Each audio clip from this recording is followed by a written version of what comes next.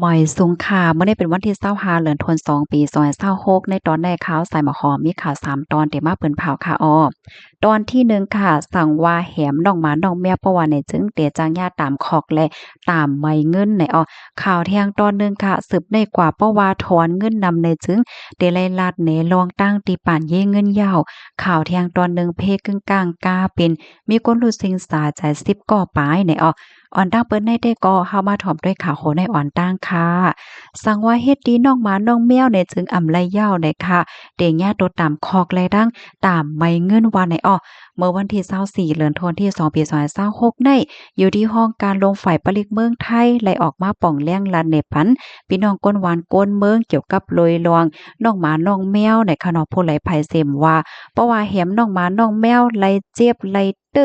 กว่าในได้ก็จางยาขอกและยาไหมเงินหรือเซนนั่นก้นที่อันเลี้ยงไว้น้องหมาน้องแมวก็แต่เลยลุ่มลาดด้วยถึงตัวสัตว์ตัวเจ้าเก่าป้อมใจจึงนั้นก็จางยาเอาตั้งพิษเหมือนกันเหย้าในคา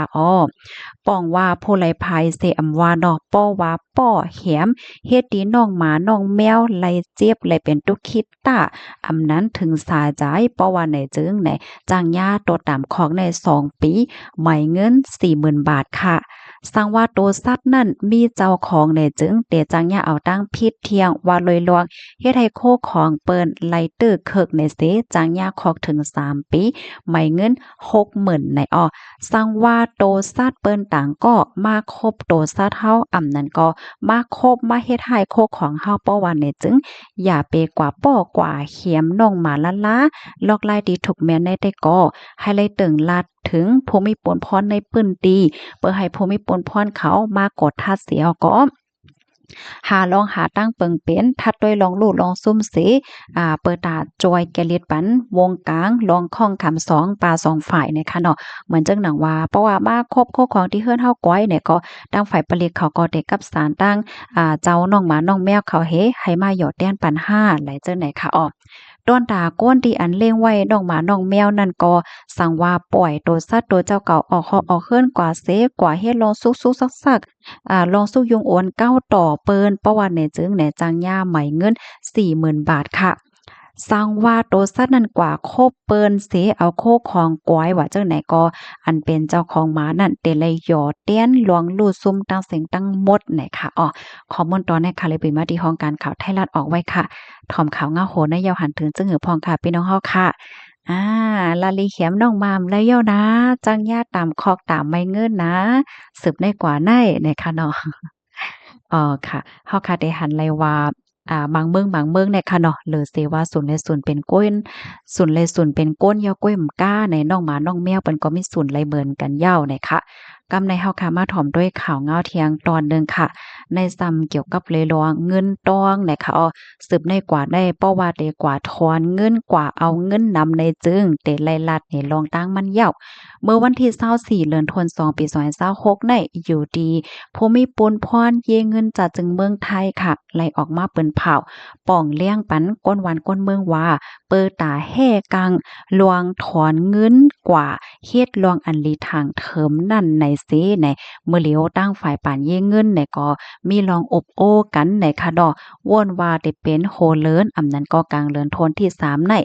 เตจางมีมาลวงเปิงสั่งว่ากว่าถอนเงินนำ5 ล้านบาทเพราะว่าในจึงเตไลลาดเหนเงาหงะลองตั้งเปิงเป็นวาดเงินในที่เอากว่าเฮ็ดสังที่เอากว่าใจดีไหลสังสิงจึงในยาวในค่ะสังเจอหนังว่าอำปองเลี้ยงอำซับเลี้ยงอำลาดเนไลวะเงินตัวเจ้าเก่าได้ที่เอากว่าที่ไลที่เฮ็ดสังจึงหือจึงหาเพราะว่าในจึงแหนตั้งฝ่ายภูมิปนพรเขาในก็เรียบเดมีรวงทางเถิมว่าซังว่าเฮ็ดจังได๋ไล่ให้อันนั้นขนาดเนาะเต็มออกปันเงิน5สัง5เฮ็ดจังได๋ก็มันก็ซ้ำจังเป็นให้ออกกำนั้นเลยโพเลยไผเสมว่าเพราะว่ามีแผนการดีๆกว่าถอนเงินนำเมื่อนาในได้ก็ให้ไหลหางแฮนป้าในตอนไหนไหนค่ะเลอเซนั่นยาวในยังเตตื้อควากว่าป้าลวงฝากเงินค่ะกว่าถอนเงินกล้วยมก้าสังว่าเอาเงินนำเส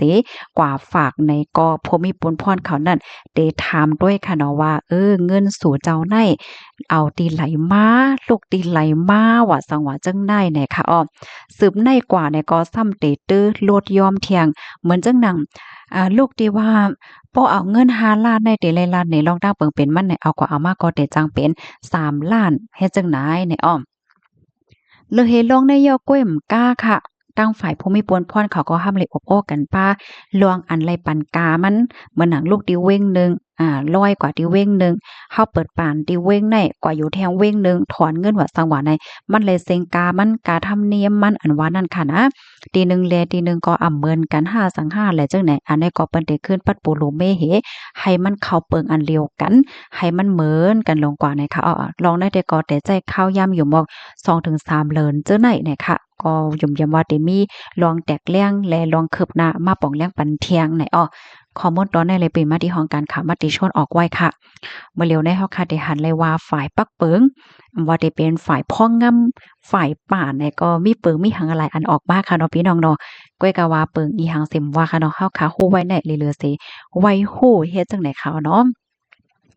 ลูกที่ข่าวเงาโหนได้เห็นแหละกำในเฮาค่ะมาถ่อมด้วยข่าวเงาแทงตอนหนึงอันได้ก็เป็นข่าวเงาลองเพกึ่งกลางกาปีนค่ะมีคนรู้สึกสาใจเป็น10ก่อปลายเมื่อวันที่23เดือนธันวาคมปี2026ในผู้มีปนพรปลิกเมืองดีป้อเขาลาดว่าไล่เป็นเพกึ่งกลางกาปาสขาประหลาดกิงตกโหยเนอเส้นตั้งนั่นค่ะน่ะเนาะลึกลงกว่าให้ไหนจังหนังเฮาหันตีในแคบหางในเหย้าเนี่ยค่ะลองได้ก็เป็นกว่าเมื่อวันจันทร์ที่ป่นมาค่ะกาปัสลำในได้ก็ในลูกตีเมืองแอวแหล่อันมีชื่อว่าโพคราเสมงนาเตกว่าดีเว้งกันการทำมันถูกเหี่ยวก็เป็นเพกึ่งกลางนั่นค่ะน่ะมีคนรู้เสียงสาใจอยู่19ก็หนึ่งในนั้นก็มีเจ้าอังกฤษ1ก่อค่ะ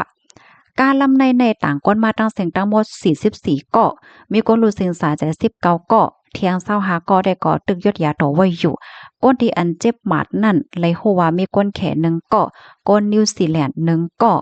เฮ็ดไหนค่ะข้อมูลตอนในคาลิปีมาที่ห้องการข่าว CNA ออกไว้ค่ะ